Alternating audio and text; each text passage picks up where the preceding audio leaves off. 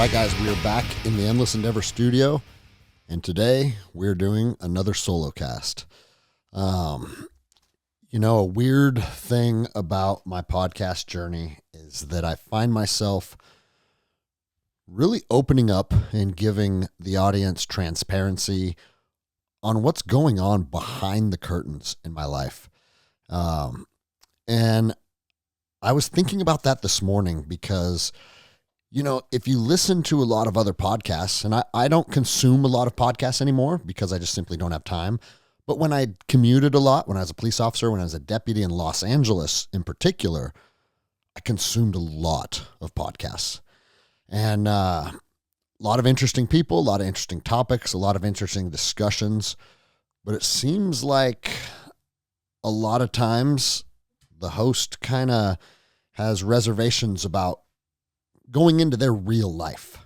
And it's not that my real life is necessarily something that the world needs to know, but for me to sit down here and be authentic, not only with the actual words and stories I'm sharing, but also just on an energetic level. For me to sit in this studio and pretend to be happy when I'm not happy is hard for me.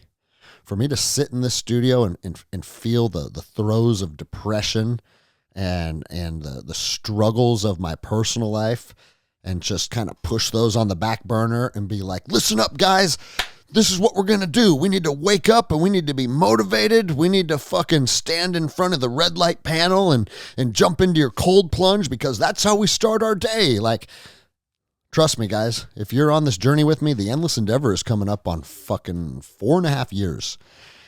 And I feel like I've had a lot of ups and downs throughout this period. And what makes the Endless Endeavor an authentic Endless Endeavor is, hey, this is my life. This is the journey I'm going through. And when I'm high on life, I'm high on life. And when I'm in the fucking trenches, I'm in the trenches. And as long as I continue to do this show, I honestly think that is why we are finding success. Because people don't want to be up fucking riding the wave all the time. Sometimes they want to be down in the valley. You know why they want me to be down in the valley sometimes? Because some of you listening, you're in the fucking valley right now. That's the reality of this planet. And the thing is, as much as we want to just be loving and happy and wealthy and prosperous, as much as we want life to be about those things, it's simply outside of the realm of reality because we cannot have good without evil. We talk about the dichotomies of life very often. You cannot have high without low. You cannot have dark without light. And the balancing the scales between happiness and darkness or happiness and depression, man, if those scales were just perfectly balanced and they created a straight line right across the top of them, is that really what we want our life to be? For me, the answer is fucking no. Because in order to feel elation and compassion and fucking passion and just excitement and love and all the things that empower you as a human being to really lean into those, the only way you can really lean into those is to know the darkness, is to crawl out of the pits, to crawl out of the valley. And then once you get to that summit, it's like fucking, oh, fuck, here we are. And damn, that feels good. And like I say often on the show, there are no shortcuts to the top. So now that we know there are no shortcuts to the top, that means it's a long, arduous journey. And, a couple weeks ago, I posted something and I said, nobody wants to pay to get on a flat roller coaster. You go to the fucking theme park, you wait in line for 40 minutes and you get on this roller coaster and it just does a loop around the theme park with no elevation gain, no elevation loss at a constant speed. And then it stops and you get off. Every single one of us would be like, what the fuck is that? And so, Me and Lappin have both went through a pretty tough phase of life, and we've leaned on each other a lot, I would say, over the last 3 months, maybe month and a half for me, a little longer for him. And I told him that one day. I said, well, bro, at the end of the day, no one pays to get on a flat roller coaster. It's the peaks and valleys that keep us excited. And then I was talking to one of our friends about that, and I apologize because I forgot who said this. But he said, hey, not only do you not pay to get on a roller coaster that's flat, you want to know what else?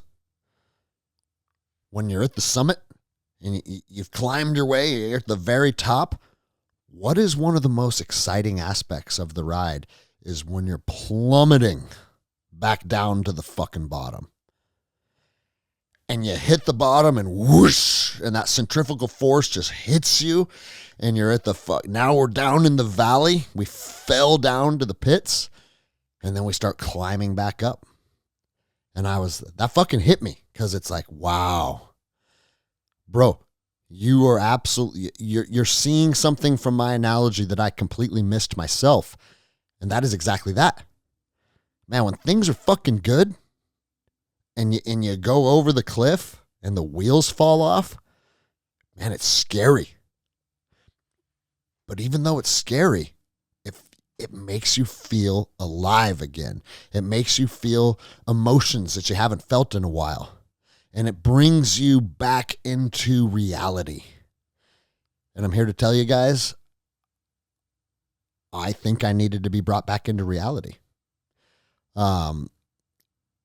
Again, I am not going to go into all of the details because it's just not the right place to do that. And not because I'm adverse to sharing my life, but me and my family, a big part of my family, Angie's side of the family, we went our separate ways after 10 years. The reason I'm not going to go into all the details is because that's not fair to them. They have their side of the story. They have their different emotions that they're dealing with, and they have to pick up their own pieces and figure out how to move forward. And I have to do the same, and it's been hard. That family was my family for 10 years. But guys, we talk about it all the time, seasons of life with people. And just because a season comes to an end, it doesn't necessarily mean there has to be a winner and a loser. That doesn't mean that they're right and I'm wrong, or vice versa. And don't get me wrong, I have my perspectives and they have theirs. I'm very, very upset about some things. I hate how it played out. And again, I played a role in how it played out. I'm not going to sit here and pretend that I didn't. But at the end of the day, I know in my heart, for whatever reason, and I don't know that reason yet, my life needed to be fucking shooken up. My life needed to be fucking turned upside down, and this is why. Financially, I'm at the best place I've ever been in. My businesses are performing exceptionally well, and don't get me wrong, we're still climbing up, and I have plans to 10x where I'm at right now. But I'm doing good. For the first time in my life, if I want to get online and buy a new fucking jacket and a Montana knife and then fly to California to see somebody, I can do all those things, and it's not a concern. And as you guys know that are first responders out there, I thought $100K a year with benefits was killing it when I was a cop. It isn't until I 4X'd that I've realized, I think this is what financial freedom starts to feel like. I'm not there yet. I live in a middle-class neighborhood. I drive a 4Runner. And don't get me wrong, when I 10X my income, I'm still going to drive a 4Runner. I might upgrade houses though. But I also think that I didn't start to find success until later in life for a reason. We're not supposed to start to find our maximum potential as breadwinners for our family when we're 20 years old. There was a period of time when I made a lot of money as a 20-year-old through military contracting, and it's real easy to become reckless. Watch athletes, young men that make a tremendous amount of money playing a sport. It's easy to become reckless. Um, my jiu-jitsu team is the best it's ever been. And I'm talking outside of a financial aspect now. My jiu-jitsu team's the best it's ever been with the people that I share the mats with. We have built a phenomenal fucking culture here. I love so many members of this team on an individual basis of who they are on and off the mats. My kids are doing well. I'm proud of my family. I feel healthy. You know, I went through a period of time where, my knee was starting to ache again. I felt lethargic. Like I went through a season where everything felt kind of fucked inside. And I've worked my way out of that too. And for the first time in a long time, I could look in the mirror and be like, bro, you're literally killing it everywhere. You're fit, you're healthy, good relationships. You and your wife are good. You and your kids are good. Business is good. I feel like I was starting to kill it. And then this happened. And that is the endless endeavor of life. Nothing lasts forever. Everything is a moment in time. And we have to have an understanding of that and know that when when the wheels fall off and something traumatic happens or something tragic happens, we have to know that, man, it came with fucking sadness. It came with rage. I mean, fucking rage in my heart. The thoughts going through my head, I can't even fucking say on the air because they'd put me in a cage. The darkest fucking shit you can imagine. The darkest was going through my head. Oh, you're going to say this about me? Watch this, motherfucker. Like, that's your side of the story? Let me fucking tell you my side of the story, you motherfucker. Like rage that I haven't felt in a while. And you know what that rage did to me? It kept me up. I stopped sleeping. As you guys know, I'm sober right now. So no alcohol, no weed. I'm not even using nicotine. And what I found is now I'm feeling these powerful emotions and I'm a full insomniac and I'm staring at the fucking ceiling fan for hours and hours and hours. And at 3 a.m, when you can't sleep, the darkness is sitting right fucking next to you. And it's telling you a lot of really, really, really evil shit. And I had to sit with that. And I had to navigate that. And I had to interpret that. And it was really hard, you guys. It was really fucking hard. I had to, at times, I came to my academy and slept here one night because I just needed to be away from everybody. I needed to be alone. At least so I thought. And that's one of the darkest nights I've ever had in my life. And it wasn't that fucking long ago. So for people that think, like I always say it, I have a pretty successful podcast. I have a pretty successful jiu-jitsu academy.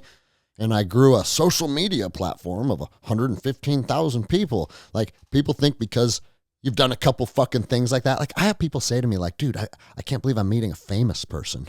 It's like, fuck, dude. I'm one of the most fucked up people you probably ever met, if the truth be told. And that's why I tell these stories, you guys. That is why I tell these stories, because it's very easy for everybody to get on social media, get on their podcasts and just preach, fucking look at me, look how great everything is. And most of those people are fucking lying to you. When I'm feeling great and when I'm feeling fit and when I'm feeling powerful, I do preach that shit. I preach personal excellence all the time. I preach fucking getting up and grinding. I preach fitness. I preach discipline. I preach fucking diet. I preach all those things. And I'm a believer in those things. But there's seasons of life where the wheels fall off and I go fucking dark. And I'm just coming out of that season. And I'm here to fucking tell you, like, fuck, sitting here talking to you guys about it. Like I can feel, oh, fuck yeah, dude. Like the season's passing. The emotions worked their way through my body. And it took fucking, I think it's been a month now since everything imploded. And I haven't had a day with much peace. Even today, I woke up, I sat in the shower, and I thought about a lot of things that were frustrating and hurting my heart. But let me tell you something that I have done throughout this whole process. This is the most important part of today's show. When I feel dark, there's a voice inside of my head. That voice says the same messages to me every time I allow it to have a seat at my table. I wrote these down and I shared it with Forge Ferocity yesterday because those guys get authenticity from me just like you guys do. Podcast listener relationship is kind of a strange thing, but if you guys have been riding with me for 4 years, that means we have something between us. You align with how I think, which obviously means the inverse of that is likely true. I align with how you think. And there is a relationship being built, even though the conversation may be going one way. And the reason I know that's fucking true is every time I do randomly get stopped in an airport or a restaurant, or people sign up for Guns and Geese because they want to spend a weekend with me because they're a fan of the show. Every time that happens, man, they say, Greg, dude, I love your podcast. The first thing I say is, what is your name? And I shake their hand, and there is almost an immediate positive connection of energy. All you guys out there right now, we're all the same type of men. And then a couple women. We got a couple women out there that consume the show as well. But because we're the same type of people, there's a synergy between us. So let me tell you what the evil voice in my head says to me. It says, you're not good enough to stand in any type of leadership position. If you're depressed and you're crying in your bed, you have no right to drive to your podcast studio and give any type of advice on how to lead your family or live your life or build strong culture or impart leadership values. You have no right to do that because you're broken yourself. So what you're doing is you're lying to people. You're a fraud. You tell people about excellence and your own heart is broken. That means you're a liar. You tell people how to be strong, but when you look at yourself in the mirror, you see weakness. You're a liar. And that voice inside of my head fucking fights to fill me with shame and embarrassment. It fights to bring me down further. So you know what step 2 is? Step 2 to bring me down further? It's like, well, if you're not good enough to impart wisdom on people or share perspective with people, if you're a fraud and you're a liar, it's time to shut everything down. Shut the podcast down. Shut the Forge Ferocity program down. Shut the gym down. Now the gym is doing too well financially to just shut down. So I tell myself, I need to find a better leader than me. And I always land on Will. For those of you, a lot of you guys know Coach Will. He's one of my coaches here, one of my brown belts. Phenomenal human being, powerful spirit, powerful person. And his reputation around here precedes itself. And I know that in the absence of me, he's the guy. I know that.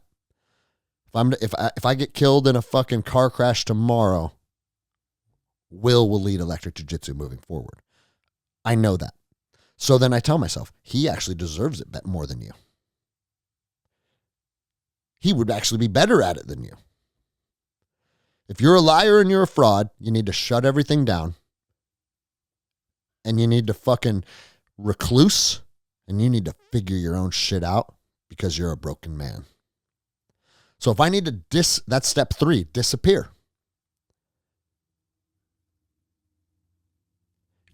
Step 1, you're not good enough. Step 2, because you're not good enough, quit. Step 3 is disappear. What does disappear mean? My brain's saying leave all this behind and go away.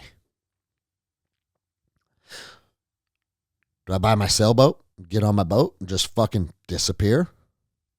Do I buy a one-way ticket to the jungle somewhere and just go do a year out there alone? And these aren't ideas that are just popping up as I'm recording. I'm sharing these ideas because all the shit has been fucking spinning in my head for the last couple weeks. And then step 4 is actually, motherfucker, you know what disappear means? It doesn't mean go on a vacation. It doesn't mean buy a new boat. Disappear means check the fuck out. If you ain't good enough to lead, if you ain't good enough to lead your jiu-jitsu academy, if you ain't good enough to lead your podcast, if you ain't good enough to lead any of these aspects of life, you ain't good enough to even lead your family, it's time to check out. And then that's when the real dark thoughts start entering your mind. Fuck, man. That voice is right. It is time to check out. I'm 44 years old. I've done a lot of shit.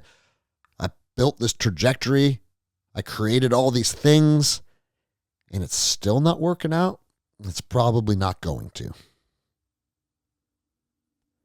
And you start looking at your Glock.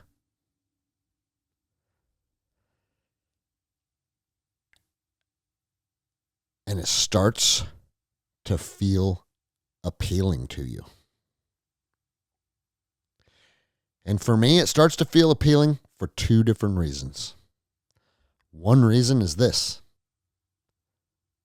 I don't have to deal with any of it anymore. I'm done.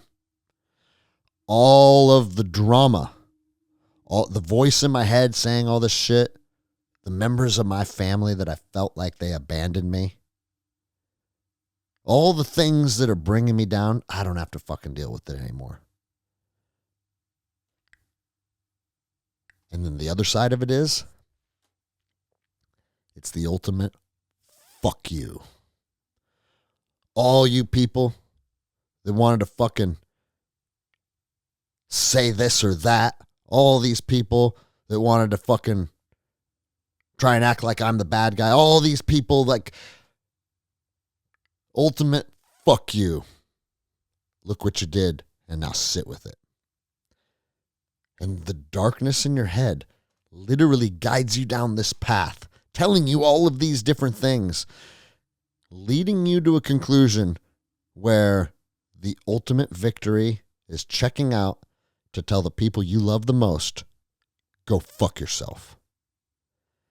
And man, is there a bigger lie in the world?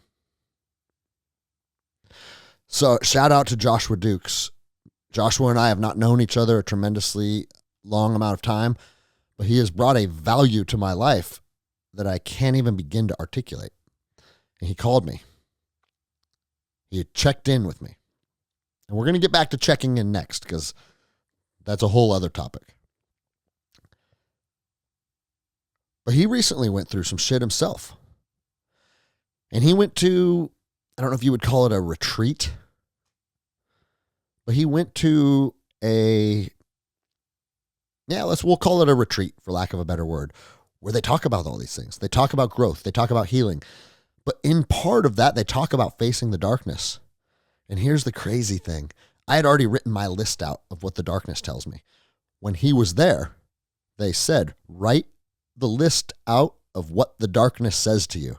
And I'm like, oh, fuck, everybody has a list of what the darkness tells them. I didn't know that. I just thought I was fucked up. He's like, no, dude, there was a bunch of special operations guys there, a bunch of first responders, rangers, SEALs, firefighters. Guess what? They all had a list of what the darkness tells them. So if you're sitting there right now and you're listening and you're saying, fuck, dude, I have a list too. Hey, you ain't that different than most of us. In fact, you're the same as most of us. My list is: you're not good enough, quit your missions, disappear, blow your brains out. 4 steps. And then Joshua said, dude, there was these horses on the ranch. And these horses were rescues. And these horses came from struggle. They gave the background on each horse. They gave a name to each horse. And now you're emotionally invested in this animal because you're like, I can't believe that animal went through that. They tell a tale of some of their hardships. Most of these horses were left to die or going to be put down. And this facility said, no. We're going to rescue these horses. We're going to rescue them because they are good enough. And they do deserve better. And we're going to give them that. So these horses literally kind of came from a path like many of us did, where at times we're not good enough. We feel like we are rejected. We feel like we are outcasts. We feel like nobody understands. And they said, pick a horse. And Joshua picked a horse, and its name was Spirit. And he walked up to the horse. And they said, you know your list that you tell yourself? Tell those things to the horse. Not like, hey, horse, this is my list. No. Tell the things you tell yourself.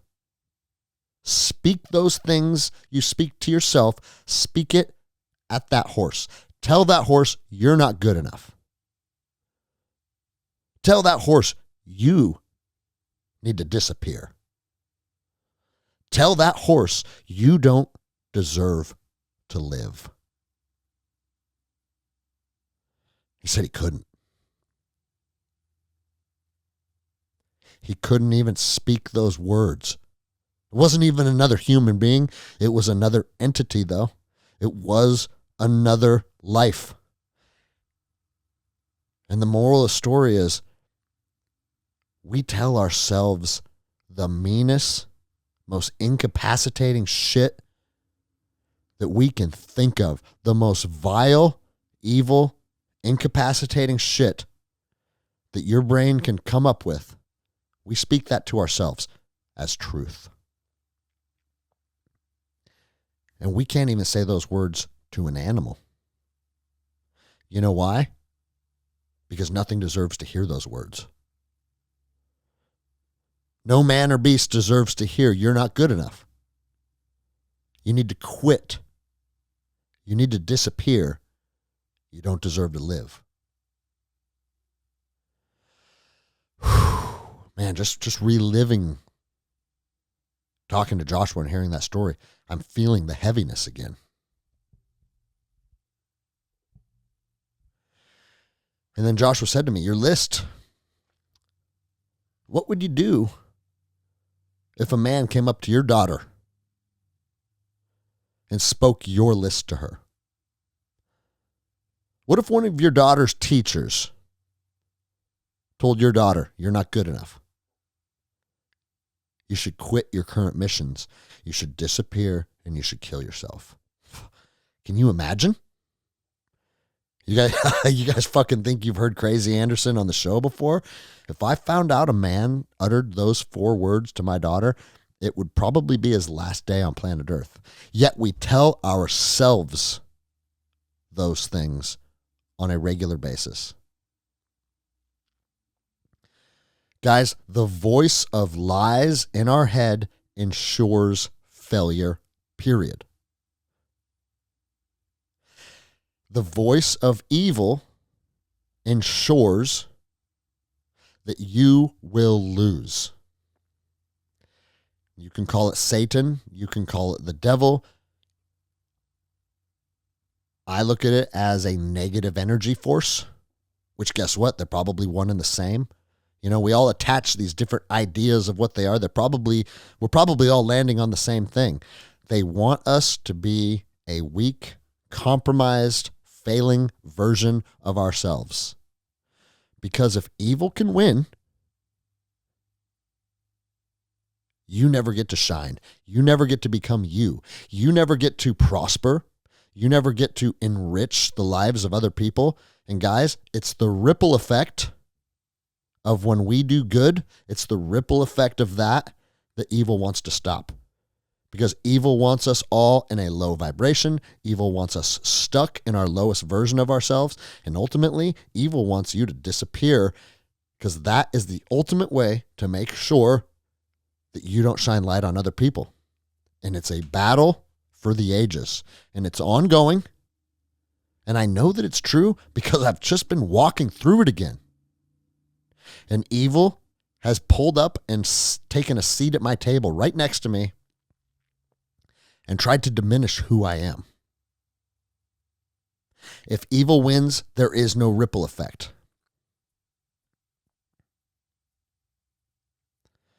Joshua, you reached out to me with these perspectives at the perfect story. Or I should say the perfect time, rather. It was a perfect story at the perfect time. And I needed to hear those things. Wanting to give up is allowing the darkness to win.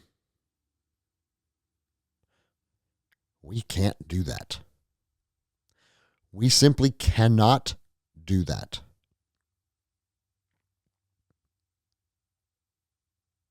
Think of all the good that's happened between the last time you felt this dark and the current time that you're feeling this dark. For me, it's been years. There's a part of me that thought I had completely defeated the darkness. I figured out the formula. I cracked the code. The darkness no longer has a seat at my table. My friend Giorgio said the same thing. Giorgio Carrillo. Google him and watch his YouTube video, because he does, it's like a TED Talk. I don't think it's an actual TED Talk, but that's the format. Giorgio Carrillo speaks to veterans about suicide. And in his speech, he said, I am unsuicidable now. I cannot give in to the darkness because I understand it and I've defeated it.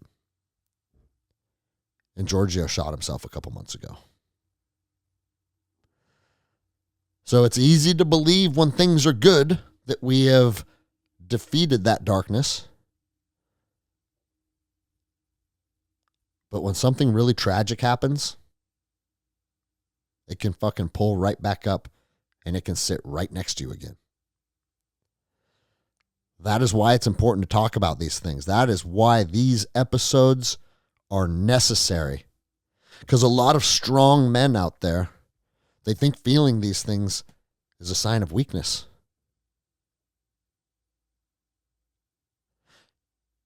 And the thing is, it has nothing to do with weakness.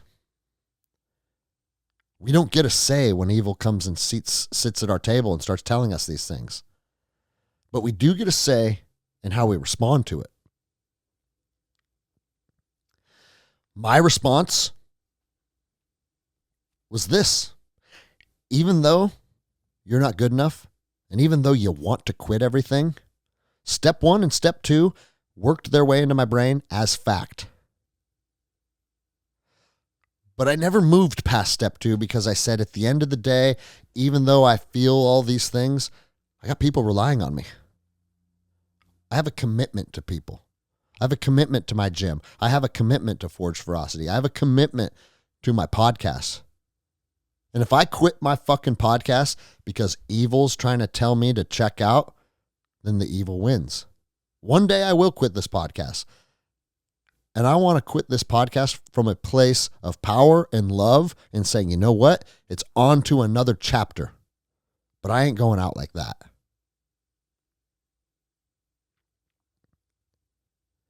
So I showed up, and it didn't feel good. I showed up to the academy, and I taught jiu-jitsu, and it didn't feel good. I recorded a handful of episodes, and at times they felt good, and at other times I felt depressed. But I still showed up, and I still put in the work. I still flew to First Form.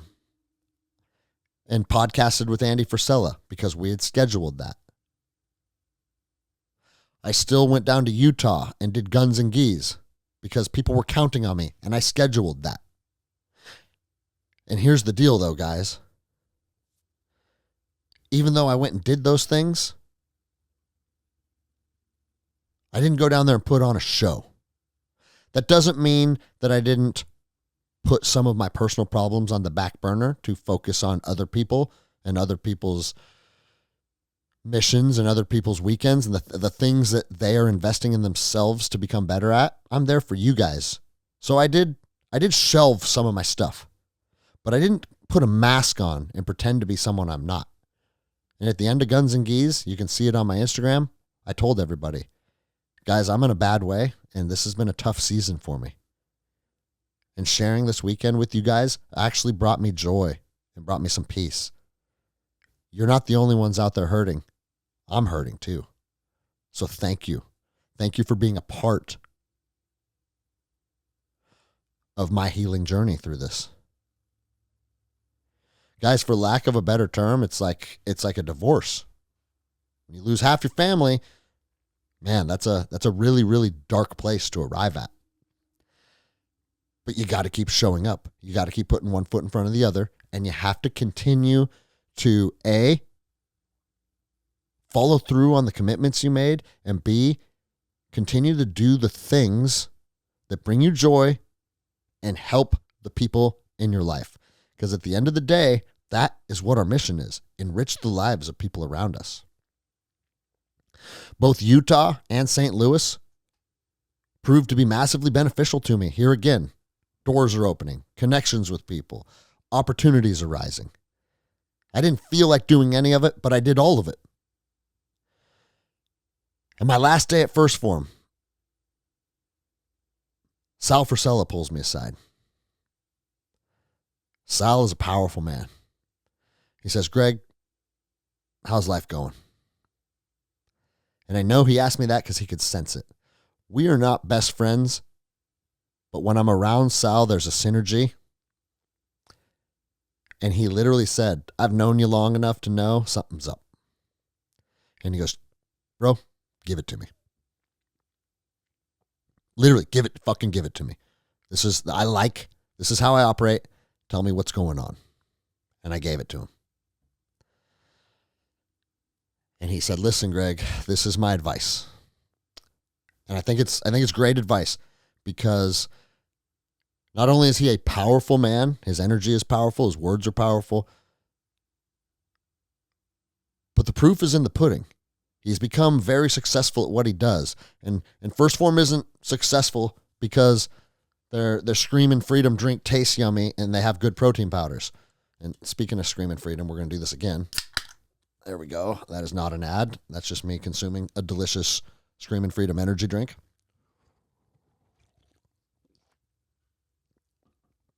And Sal says, let me give you my perspectives on this.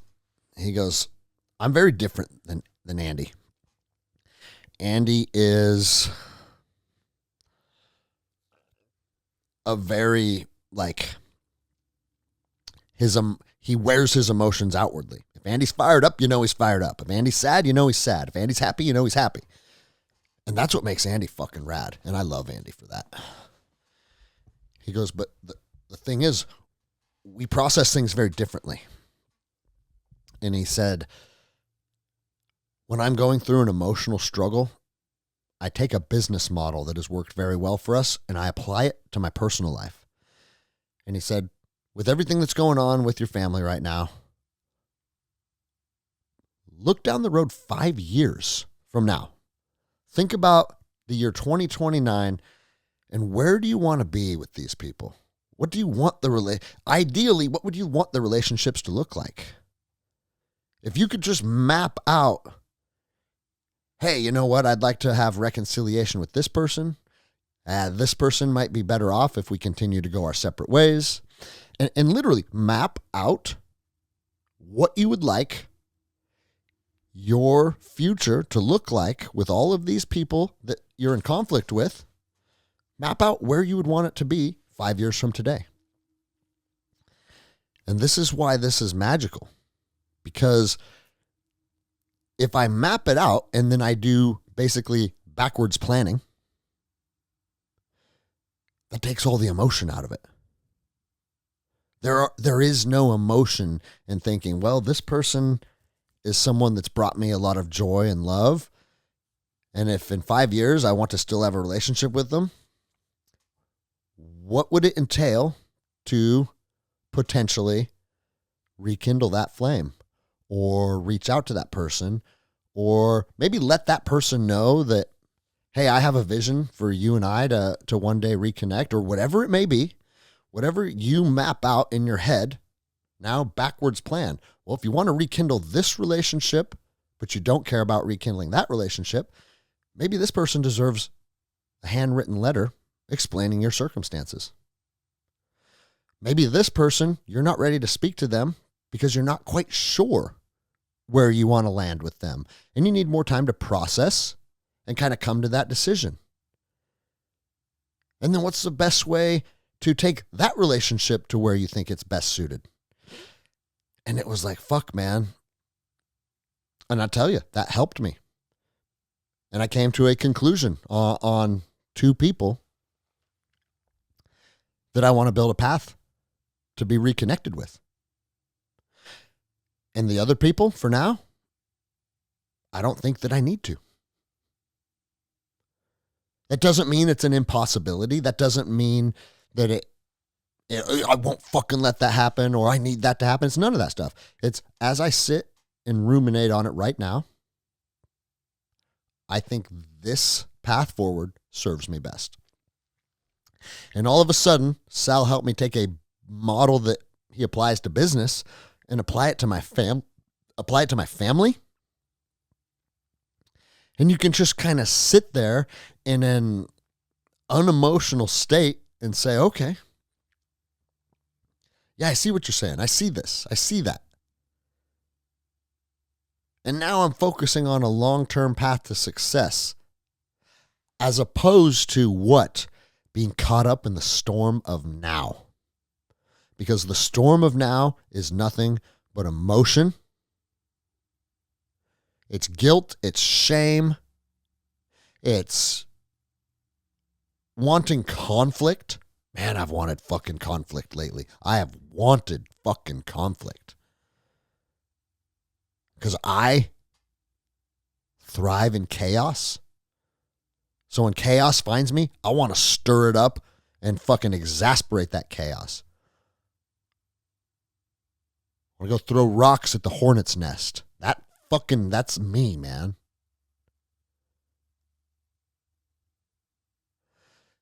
So guys, like I said, we're diving into reality this afternoon. I don't feel like me pretending to be something I'm not or being in a different energetic state than I'm really in. I don't think that helps me get through it. And at the end of the day, everybody can feel what reality is. Everybody knows if people are hiding something or pretending. If you're putting a mask on. And me and Will talked about this. There's a difference between shelving your problems, right? I can shelf them. They're not going anywhere. They're in the room. They're looking at me. They're still front and center, but I'm going to shelf them for a little bit because I got to deal with something over here. And I've done that. I mean, I'm not going to fucking start teaching people how to attack a far side armbar and be like, but guys, listen, my family, like I get it. We got to shelf it, right? But you can shelf it. There's a difference between shelving it and putting a mask on. Putting a mask on and putting on a show. What that is, it's giving people in your life a false reality of you. I don't think you want to put the mask on and pretend to be something you're not. I think we simply need to shelve it or slide it to the back burner for a little bit. If we got to deal with something over here or over there. But here's the deal. Now you got to go pick it back up. You got to pick it back up and you got to deal with it.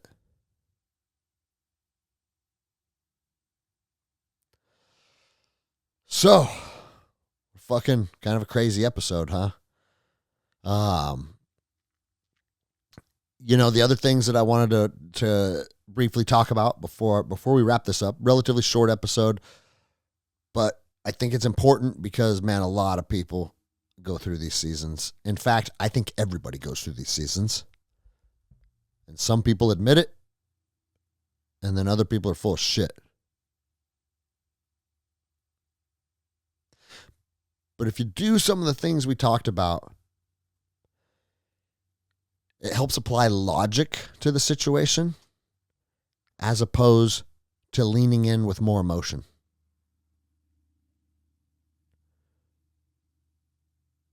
Feel those emotions, express those emotions, take those emotions in, sit with those emotions. But when it comes time to make decisions, I think you have to have a conversation with logic as well. And if I'm being honest, guys, I wished I'd made some of those decisions over these last 4 or 5 weeks with more logic and less emotion. Because I'm an emotional motherfucker at times. I feel like you did me dirty. I feel like you said one thing, but then you did another. Like when I'm confronted with those emotions, I was confronted with the emotion of betrayal from somebody that I loved deeply. And man, logic didn't have a seat at the table right then. Emotion had a seat at the table. It got really fucking ugly. So take it from me. Try as hard as you can to sit down with logic before taking action. Because sometimes emotions just want to burn everything down. And I burned some shit down. I did. Now I look at that decision. Do I necessarily say you were right or you were wrong? I'm not upset with it because I think it needed to happen. But at the end of the day, I could have had a more logical approach. I know I could have.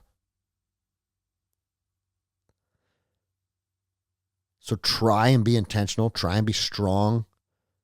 Try and not let that fucking voice of hate and anger and rage control your brain and control your thought process. And I'm here to fucking tell you too, there'll be plenty of times in my life moving forward when rage gets to have a seat at my decision-making process. It's just been me. But be conscious of it. Be cognizant of it. And try and disallow it to be front and center and the majority of your decisions coming from those negative emotions. Last thing I want to say is, I already mentioned going down to First Form and recording with Andy. And, man, both Andy and DJ brought it up in the podcast about how we met and how we became friends. The fucking viral video of 2020. Oh, a cop speaks up against the mandates and the lockdowns and says we need to be siding with the people. Like, that all came up. And Sal brought that up to me too in our conversation. He goes, remember, Greg, remember how we met? Remember the story, or I should say, remember the message that you shared with the American people and the outcome of that. He goes, that's not something that needs to be taken lightly. That story needs to be told more often. Make sure to keep that story alive because that story matters.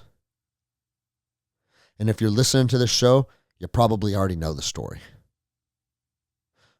But I was a cop in 2020 in Seattle. And I was seeing a lot of police officers doing things that I thought were unconstitutional.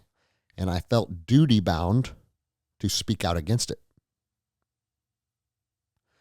I felt like it was our responsibility as first responders to be the first line of defense between citizens' freedoms and government tyranny. And if that just means one man stands up and says, hey, I wouldn't fucking do that and neither should you, then so be it. But I'm going to be that man. And in any time in history, any conflict, someone has to be the first to take action.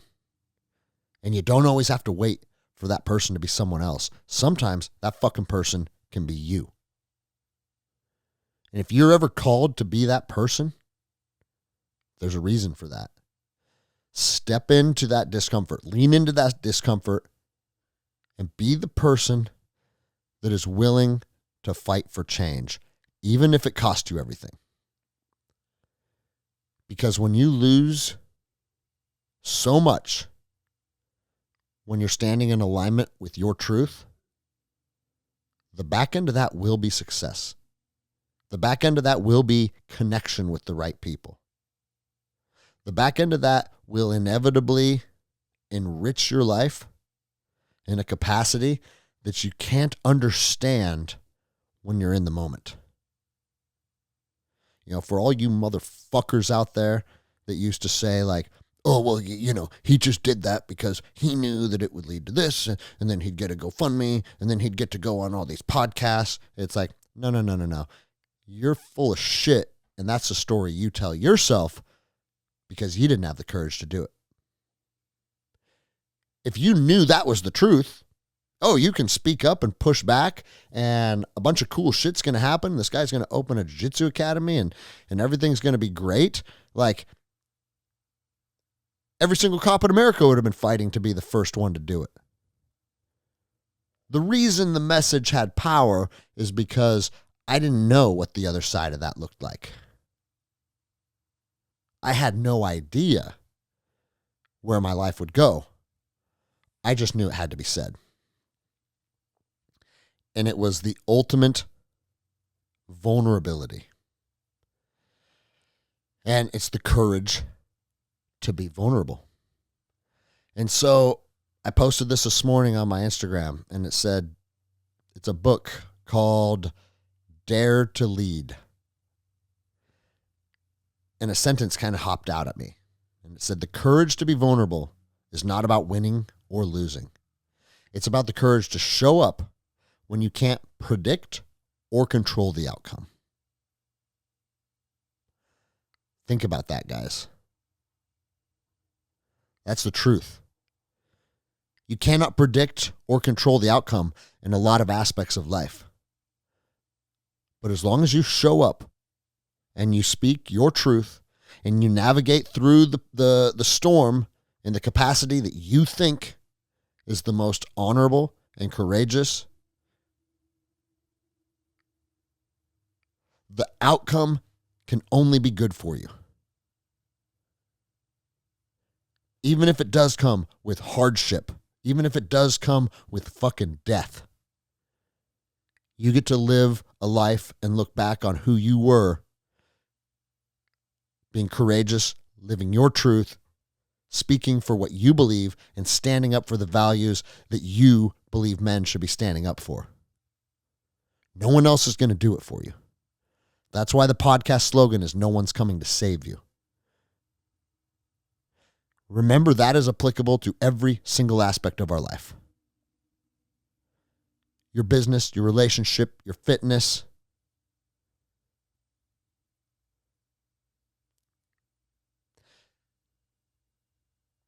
No one is coming to save you. So it's time that every single one of us, regardless if we're riding a high right now or we're riding a low, we're digging ourselves out of the trenches, or we're on the fucking mountaintop and we're about to fucking fall down into the valley, and everyone in between.